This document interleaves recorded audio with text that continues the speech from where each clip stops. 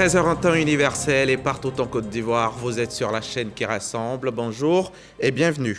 Le président Alassane Ouattara s'est entretenu successivement hier mercredi avec ses homologues éthiopiennes et ghanéens, avec la présidente Sahle-Work Zewde. L'entretien a porté sur les défis liés à la sécurité et à l'investissement sur le continent africain. Avec le président du Ghana, le chef de l'État a évoqué les questions régionales et internationales. L'édition 2022 du Forum pour l'investissement en Afrique, initié par la BAD, a ouvert ses portes hier ici à Abidjan, en présence des présidents de la République du Ghana, de l'Éthiopie et du Zimbabwe. C'est le vice-président de la République, Tiemoko Meliet-Kone, qui a ouvert le forum au nom du président Alassane Ouattara.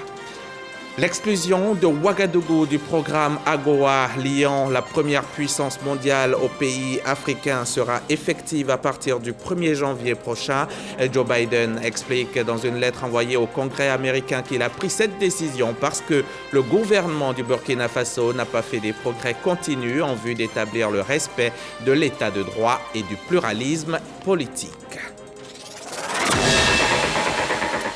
Je vous le disais au sommaire, le président Alassane Ouattara s'est entretenu hier mercredi avec son homologue éthiopienne Sahle-Work Zewde. Les deux chefs d'État se sont réjouis de l'excellente coopération entre la Côte d'Ivoire et l'Éthiopie et ont évoqué les possibilités de la consolider et de la renforcer davantage à travers notamment la ZLECAf, la zone de libre-échange continentale africaine. Le témoignage de Viviane Haïm.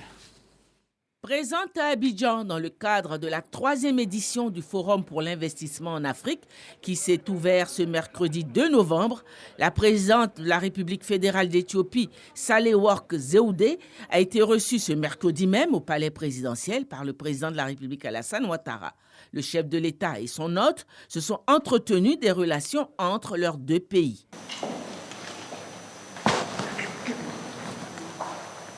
Mesdames, Messieurs, voilà, nous avons le grand honneur de recevoir Madame la Présidente de la République fédérale d'Éthiopie, qui est une amie de notre pays et une amie de la sous-région, qui connaît bien notre sous-région, parce que quand elle était ambassadeur au Sénégal, moi j'étais gouverneur. Donc c'est une amie qui nous rend visite. Et, Madame, je suis très honoré que vous ayez pris le temps à l'occasion de ce forum organisé par la Banque africaine de développement, de venir nous saluer. Merci beaucoup, Madame. Merci. Monsieur le Président, c'est un honneur et un plaisir à chaque fois renouvelé que d'être à Abidjan, que je connais depuis 3 décennies, et vous-même, presque de la même période. Je suis venue dans le cadre du forum pour les investissements organisés par la BAD, pour porter le message que l'Afrique est prête à attirer des investisseurs d'une façon générale, et l'Éthiopie aussi en particulier, parce que même au milieu de nombreux défis, il y a toujours des opportunités. Et c'est sur cela que nous voulons capitaliser, puisque la paix, la sécurité et le développement, finalement, ne font qu'un. Et c'est dans ce cadre que nous sommes là pour apporter notre soutien et pour aussi plaider les possibilités que nous avons dans notre pays. Je ne pouvais pas venir à Abidjan sans vous rendre visite ici chez vous au palais présidentiel. C'est un immense plaisir et merci d'avoir eu le temps pour me recevoir. Nos relations sont de longue date et continueront ainsi. Vous pouvez compter sur notre détermination et nous œuvrerons pour les consolider davantage, vu maintenant avec la ZLECA et tout ça, qu'il nous faut un échange intra-africain beaucoup plus intense. Merci beaucoup, Monsieur le Président, et j'espère vous revoir bientôt. Élu au suffrage indirect pour un mandat de 6 ans, l'Éthiopie étant un régime parlementaire, Sahle-Work Zewde est depuis le 25 octobre 2018 présidente de la République fédérale d'Éthiopie. Un reportage de Viviane Aïma, Lamine Dramé et Djama Sow. À la suite de son homologue éthiopienne, le chef de l'État a échangé avec le président du Ghana, Nana Akufo-Addo. Les deux chefs d'État ont ainsi évoqué des projets importants tels que le renforcement de la coopération dans le secteur du cacao pour une revalorisation du prix d'achat aux producteurs, l'autoroute Abidjan-Lagos et le chemin de fer devant relier certaines villes de la sous-région. On voit cela avec Jérôme Kofi Abola. À Abidjan, en vue de sa participation au Forum africain sur l'investissement, entre le 2 et le 4 octobre 2022, le président du Ghana, Nana Akufo-Addo, a été reçu ce mercredi en fin de soirée par le président de la République, Alassane Ouattara. Cette rencontre a eu pour cadre le palais présidentiel de la République de Côte d'Ivoire. C'est l'occasion pour le chef de l'État ivoirien, le président Alassane Ouattara, de rappeler l'attachement du président ghanéen à la Côte d'Ivoire, tout en indiquant que Nana Akufo-Addo est toujours chez lui ici. Je dois dire que le président Nana Akufo-Addo est un grand ami de la Côte d'Ivoire, des Ivoiriens. Et surtout, je dois rappeler tout ce qu'il a fait pour notre pays pendant la crise post-électorale 2010, quand il était ministre d'État, ministre des Affaires étrangères du Ghana. Et depuis qu'il est aux affaires au Ghana, nous avons une forte coopération avec tous les nombreux projets, dont le cacao, le chemin de fer et ainsi de suite. C'est un grand honneur, un immense plaisir de le recevoir pour que nous puissions faire un tour d'horizon. Le président du Ghana a pour sa part indiqué être heureux de trouver l'occasion de se rendre une fois de plus sur le sol ivoirien. Il a en outre salué l'opportunité qui s'offre à lui et à son homologue ivoirien de parler d'un certain nombre de perspectives conformément aux relations exemplaires entre leurs deux pays. C'est une visite très courte. On a eu l'occasion de revoir beaucoup de choses sur le plan bilatéral, sur le plan régional et aussi même mondial, de voir exactement où on est avec toutes ces difficultés qu'il y a dans nos pays, dans nos régions, dans notre continent. Il y a une perspective commune entre nous qui fait que les relations entre le Ghana et la Côte d'Ivoire sont basées sur des perspectives très, très importantes qui nous lient. Pour le président de la République du Ghana, Nana Akufo-Addo, se retrouver en Côte d'Ivoire et rencontrer le président de la République, Alassane Ouattara, est toujours un plaisir renouvelé. Et le président ghanéen d'indiquer que c'est le signe que les liens historiques entre la Côte d'Ivoire et le Ghana restent très forts et solides. Et je vous le disais également en titre, Tiemoko Meliette Kone représentait le président Alassane Ouattara à la cérémonie d'ouverture de l'édition 2022 du Forum pour l'investissement en Afrique, un forum initié par la Banque africaine de développement. Dans son adresse, le vice-président a relevé le contexte mondial particulièrement difficile dans lequel se tient cette édition de l'AIF. 3 chefs d'État africains étaient présents sur place. Viviane Aïma y était aussi. Voici son reportage. Après 2 précédentes éditions organisées en Afrique du Sud, Abidjan a été choisi pour abriter la 3e édition du Forum pour l'investissement en Afrique qui s'est ouvert ce mercredi 2 novembre pour refermer ses portes le 4 novembre prochain. Ainsi, pendant 3 jours, gouvernants et opérateurs économiques du continent africain discuteront affaires avec des investisseurs internationaux et des grands groupes bancaires et effectueront des transactions. C'est l'objectif de ce forum initié par la Banque africaine de développement et son président, Akinwumi Adesina. Cette 3e édition enregistre d'ailleurs la participation de 8 grands groupes bancaires internationaux de développement. À la cérémonie d'ouverture ce mercredi matin, on notait la présence de plusieurs chefs d'État et de gouvernement qui sont des acteurs clés du développement de leurs États respectifs. Les présidents du Ghana, du Zimbabwe, de l'Éthiopie, les vice-présidents du Libéria, de la Tanzanie, de la Côte d'Ivoire, les premiers ministres du Mozambique, du Cap-Vert, de la Côte d'Ivoire, ainsi que celles de nombreux opérateurs privés. C'est dire l'importance stratégique de ce forum d'investissement pour le continent africain. Confrontés à un environnement économique mondial et des marchés de capitaux des plus difficiles, les pays africains ont plus que jamais besoin de ressources importantes pour financer les projets transformateurs à même de bâtir leur résilience et leur durabilité. Et ce, dans tous les secteurs vitaux, tels que l'agriculture, l'énergie, la sécurité, les infrastructures et j'en passe. Cela revêt à la fois un enjeu stratégique de souveraineté, de stabilité et de relance économique. Promotrice de l'investissement sur le continent, la Banque africaine de développement. Son président a vanté le partenariat gagnant-gagnant qu'offre aujourd'hui l'Afrique aux investisseurs. Nous sommes ici pour vous envoyer un message très fort à vous, investisseurs. Nous allons atténuer les risques des investissements. Nous syndiquerons des financements autour de ces investissements. Nous soutiendrons vos investissements de bout en bout, des salles de transaction, la facilitation administrative, jusqu'au lancement de vos projets. Vous devriez avoir confiance en l'Afrique. L'Afrique n'est pas aussi risquée que l'on le croit. La perception n'est pas la même chose que la réalité. Les chefs d'État et de gouvernement africains se joindront à vous, les investisseurs, dans les séances en salle de transaction, comme PDG de leur propre pays. Représentant le président de la République Alassane Ouattara, le vice-président Koneti Moko Mélié a ouvert officiellement cette 3e édition avec la note d'espoir qu'elle enregistre une mobilisation de fonds plus importante que lors des 2 éditions précédentes.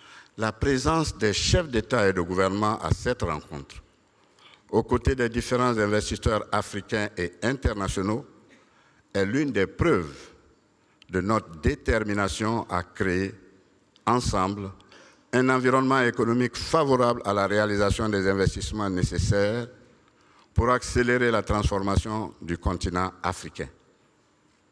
Après les 2 premières éditions qui ont permis d'identifier un portefeuille de transactions évalué respectivement à 46,9 milliards de dollars US et 67,7 milliards de dollars US, nous espérons franchir la base de 100 milliards de dollars lors de cette 3e édition. Les différentes interventions ont fait place à un panel d'ouverture qui a réuni sur un même plateau les présidents du Ghana, du Zimbabwe et de l'Éthiopie. Voilà ce qu'on peut dire à l'heure qu'il est sur ce forum qui s'achève, je le rappelle, le 4 novembre prochain. On prend la direction de Korogo, à environ 600 km au nord d'Abidjan.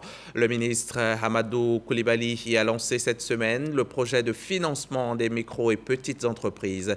C'est un projet qui vient compléter l'offre de financement de l'agence Emploi Jeunes en matière d'accompagnement des initiatives entrepreneuriales. Notre correspondante Ami Sissoko était au lycée Houphouët-Boigny de Korogo pour le lancement.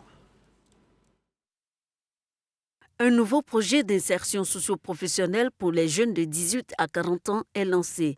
C'est le projet de financement des micro et petites entreprises, MPE. Un projet pilote pour 16 régions, dont 6 frontalières, financé à hauteur de 2,160 milliards de francs CFA, soit 135 millions par région. À Korogo, il a été présenté à la population par l'Agence Emploi Jeunes et le Conseil régional du Poro, le maître d'œuvre, après les étapes de Dikodougou, Mbengue et Sinematiali. Le projet des micro et petites entreprises répond à 2 objectifs majeurs. Premièrement, offrir une opportunité d'emploi et d'auto-emploi à notre jeunesse. Deuxièmement, occuper sainement cette jeunesse dans ce contexte d'insécurité caractérisé par le terrorisme à nos frontières. Tous les jeunes porteurs d'un projet et ayant un besoin de financement compris entre 1 million et 5 millions de francs CFA sont éligibles au projet MPE. Tous les secteurs d'activité sont concernés. Le président de la République fait beaucoup d'efforts pour nous aider à avancer, à faire des projets. Il faudrait que nous, on change notre manière de voir la vie. Il faudrait qu'on soit entrepreneurs, qu'on soit des personnes qui sont prêtes à prendre le flambeau de la main et puis avancer. S'il y a des politiques qui accompagnent des jeunes pour pouvoir créer les entreprises, les propres entreprises, se rendre autonomes, Je pense que chaque jeune doit être intéressé par ces projets-là. Le lancement du projet MPE a été présidé par le ministre Amadou Coulibaly. Il y représentait son collègue Mamadou Touré, le ministre de la Promotion de la Jeunesse, de l'Insertion professionnelle et du service civique. Il a réaffirmé le soutien du gouvernement aux jeunes. À tous ceux qui ont envie de travailler, je veux leur dire que l'État est là pour les accompagner. L'État sera là pour les accompagner. Et l'État, en tout cas, sous la direction et la vision éclairée du président de la République, son Excellence Alassane Ouattara, sera toujours là pour les accompagner. Les formulaires d'inscription au MPE sont à retirer à la mairie de Korogo et les postulants ont jusqu'au 15 novembre pour déposer leur dossier. La Direction générale du budget et des finances poursuit la mission de vulgarisation de la cellule d'information des opérateurs économiques. Et cette semaine, la CELIOP était à Yamoussoukro. Sur place, dans la capitale politique, les opérateurs économiques et les fournisseurs de l'État ont été instruits sur les nouvelles pratiques en vigueur dans le cadre de la transparence dans la gestion des deniers publics. Kader Sogodogo de la station régionale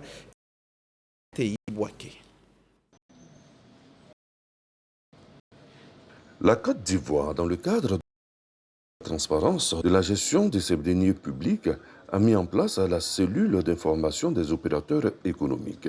Cette cellule relève de la compétence de la Direction générale du budget et des finances. Ainsi, les hommes du directeur général Traoré Seydou sillonnent tous les pays à l'effet d'instruire les opérateurs économiques et autres partenaires de l'État de Côte d'Ivoire sur ce nouveau système.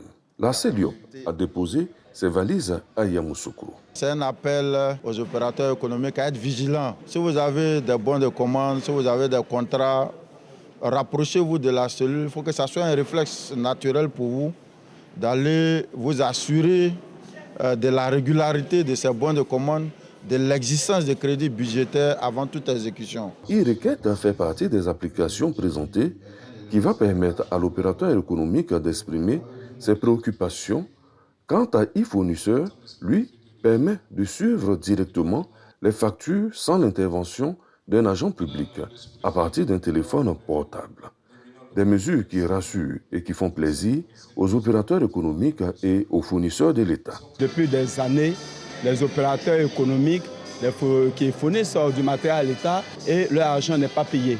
Ils se posent des questions. Maintenant que la CELIOP est venue, nous on va suivre les conseils qui ont été donnés pour que nos fournisseurs désormais soient mieux traités. Je peux dire que la CELIOP est la bienvenue parce qu'elle va permettre de filtrer beaucoup de choses, puisque déjà elle nous assiste, elle nous donne des conseils et tout ça. La cellule d'information des opérateurs économiques, CELIOP, a pour mission essentielle d'informer, d'assister, de conseiller et d'orienter les opérateurs économiques qui ont des préoccupations, des sollicitations auprès de l'administration en apportant une réponse appropriée à leurs préoccupations en temps réel. À présent, un mot de l'actualité coronavirus.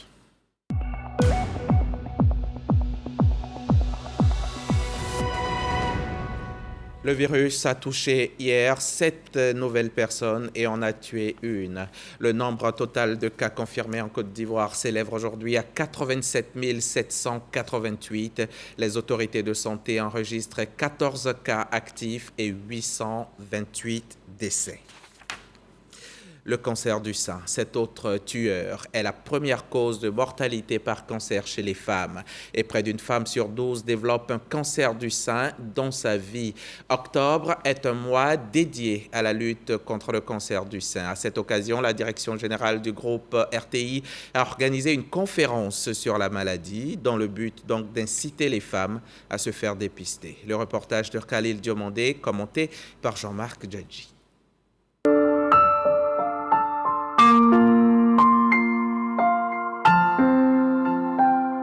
En 2020, plus de 1000 décès causés par le cancer du sein en Côte d'Ivoire. Voici les dégâts enregistrés par ce tueur silencieux. Un calvaire que la direction générale de la RTI veut faire éviter à son personnel féminin. Une sensibilisation est donc initiée en partenariat avec un groupe médical de soins. Durant plus d'1 heure, le professeur Mokhtar Touré instruit l'auditoire sur les risques et les signes évocateurs du cancer du sein. Les facteurs de risque, c'est la puberté précoce avant l'âge de 9 ans, c'est la ménopause tardive, c'est la première grossesse à terme supérieure à 30 ans, c'est une boule dans le sein de la femme. C'est l'obésité, c'est la sédentarité et puis aujourd'hui on parle de plus en plus de tabac. À l'image du Centre national d'oncologie médicale et de radiothérapie Alassane Ouattara, CNRAO, la Côte d'Ivoire s'est dotée de moyens humains et techniques adéquats pour faire face à cette pathologie. Dépister tôt, le cancer du sein peut se guérir dans 9 cas sur 10 selon les experts. C'est une information qu'on n'avait pas. Au sortir de cette conférence-là, moi personnellement, je n'ai plus peur du cancer du sein parce que je sais que c'est une maladie que je peux surmonter, qui se traite en Côte d'Ivoire ici. On a beaucoup de dames qui travaillent à la RTI. C'est pour ça, avec la direction générale, on a institué cette conférence. On a appris beaucoup de choses avec le professeur. Et je pense qu'aujourd'hui, nos femmes sont prêtes à faire le dépistage. L'allaitement maternel prolongé, la pratique régulière du sport et la réduction de la consommation d'alcool sont, entre autres, les moyens de prévention du cancer du sein. Le mois d'octobre rose touche à sa fin. Néanmoins, la lutte et la sensibilisation contre le cancer du sein restent une priorité pour le ministère de la Santé, de l'Hygiène publique et de la couverture maladie universelle. Après Octobre rose et la mobilisation en faveur de la lutte contre le cancer du sein, novembre est le mois de la lutte contre le cancer de la prostate, pour la bonne santé également de nos hommes.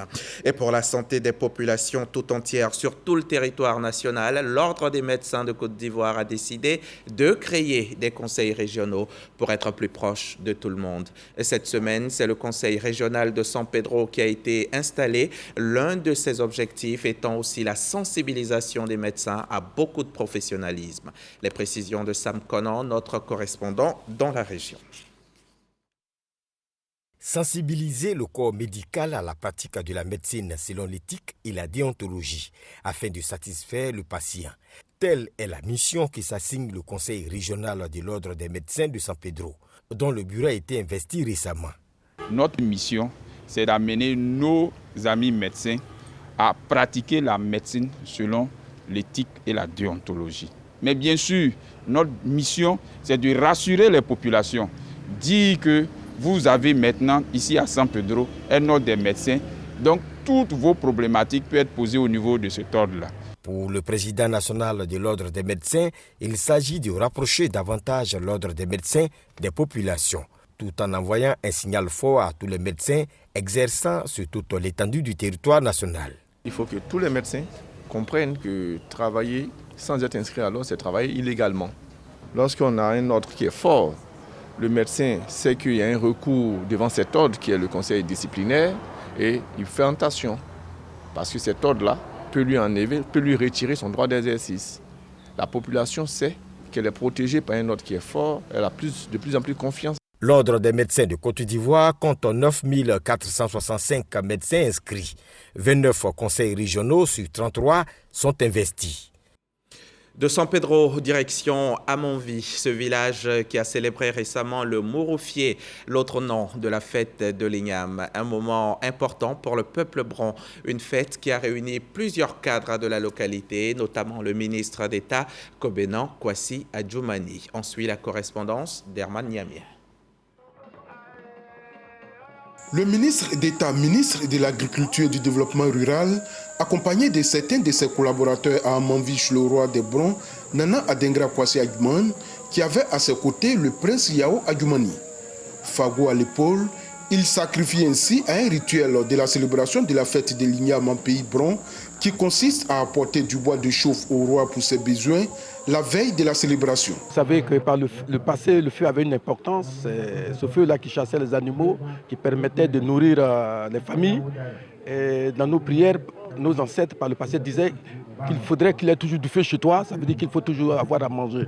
Aujourd'hui, c'est l'adoration de nos ancêtres. Je suis allé déposer le bois de chauffe devant le roi pour lui dire qu'en tant que son petit-fils, je me mettais à sa disposition. La fête des Ignames est l'occasion aussi de célébrer la paix de prier les mânes de nos ancêtres afin qu'ils soutiennent le président de la République, le Premier ministre, parce que sans la paix, aucun développement ne peut se faire. Après le roi des Brons, le ministre d'État Kobina Kwasi Adjoumani a également reçu du bois de chauffe des mains des populations.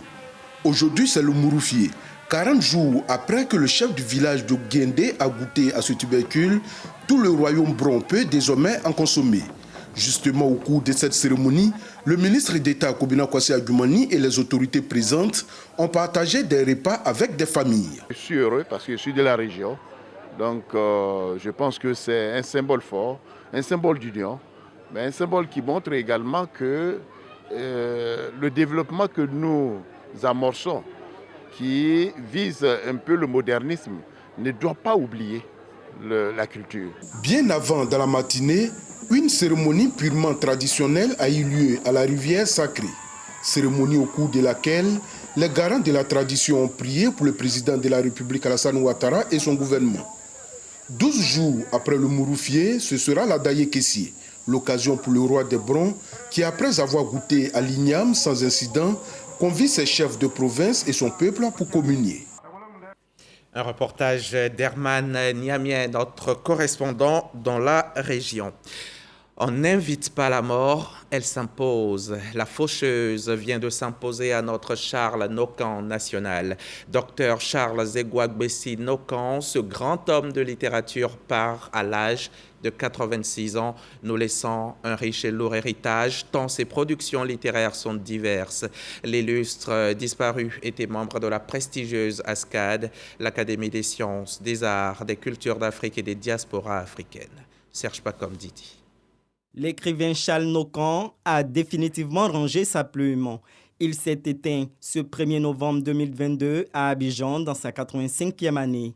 Grand nom de la littérature ivoirienne, Charles Zegouagbessi Nokan ou encore Charles Nokan fut docteur en philosophie, en lettres et en sciences humaines des universités de Poitiers, Paris et Cocody. Originaire de Yamoussoukro, Charles Nokan aura beaucoup apporté à la littérature en Côte d'Ivoire, cela par la qualité de ses nombreuses œuvres. Violent était le vent, la mort à venir de l'être humain guide sa vie. Les affres de l'existence, le matin sera rouge, la séparation. L'amour est un deuil rouge. La liste n'est pas exhaustive. Bien qu'étant retraité, il continuait d'enrichir sa bibliothèque. Romancier, dramaturge, poète, lauréat du Grand Prix Bernardadi en 2014, le décès de Charles Nokan, une autre grande perte pour la culture ivoirienne et pour l'Académie des sciences des cultures d'Afrique et des diasporas africaines ASCAD, dont il faisait partie. Adieu, l'artiste. Et puisque la mort est inévitable, alors oublions-la. Et parlons par exemple d'éducation. Éducation à Saint-Fra dans la Maraoué. Là-bas, on récompense le mérite et l'excellence. Les meilleurs élèves du village de Ndrikro viennent de recevoir des kits scolaires afin de mieux démarrer l'année scolaire 2022-2023. Valeur du don, 2 800 000 francs CFA. Walter Amadou Ouattara. Célébration du mérite et de l'excellence au profit des élèves des écoles primaires publiques. Nous sommes en Ndrikro, situé à 8 km de la commune de Saint-Fra. Des kits scolaires ont été remis aux meilleurs. Madame la Présidente a offert de nombreux kits à nos enfants. Qu'est-ce qu'il reste maintenant? Il reste à travailler. La femme prend soin de ses enfants. Elle éduque mieux ses enfants. Donc, nous souhaiterions que, sincèrement, les filles viennent à l'école. L'initiative est à l'actif de la présidente de l'université Jean-Laurent Guédé de Daloa. Professeur Thibaut Abiba Sanogo, à travers cette action, soutient les populations qui ont des difficultés à scolariser leurs enfants. Grâce à l'école, aujourd'hui, je me suis occupée de mes parents. Mais c'est à la base que tout commence. Il faut que les enfants qui sont à la base puissent comprendre l'importance de l'école et pour qu'eux aussi, demain, ils puissent être la fierté de notre pays. Ces actes s'inscrivent dans la vision 2030 Côte d'Ivoire solidaire du président de la République Alassane Ouattara. Le droit à l'éducation est un levier de développement. L'exclusion de Ouagadougou du programme AGOA, liant la première puissance mondiale aux pays africains, sera effective à partir du 1er janvier prochain. La Maison-Blanche justifie sa décision par l'absence de progrès démocratique après 2 coups d'État militaires dans le pays. Le président des États-Unis, Joe Biden, explique dans une lettre envoyée au Congrès américain qu'il a pris cette décision parce que le gouvernement du Burkina Faso n'a pas fait des progrès continus en vue d'établir le respect de l'état de droit et du pluralisme politique. Or, ces conditions sont nécessaires dans le cadre du programme AGOA. Et c'est la fin de ce journal. Merci de l'avoir suivi. On se retrouve demain à 13h.